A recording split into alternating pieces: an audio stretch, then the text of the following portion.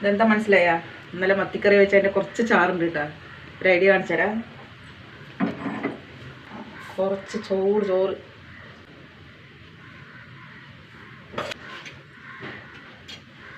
Mix ചെയ്യുക.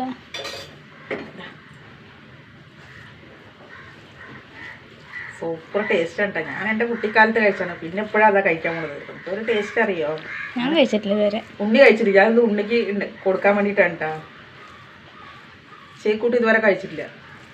ഞാനന്ന് കുട്ടിക്കാലത്തെ കറികളൊന്നും ഇല്ലാതെ പറഞ്ഞ ബാക്കി ചട്ടിയിലിട്ട് ചോർന്നു. ആ ടേസ്റ്റൊന്നും ഇന്നും ആവിൽ നിന്ന് പോകുന്നില്ല. അപ്പോൾ കഴിച്ചിട്ടുള്ളൊരു കമൻറ്റ് ചെയ്യട്ടാ.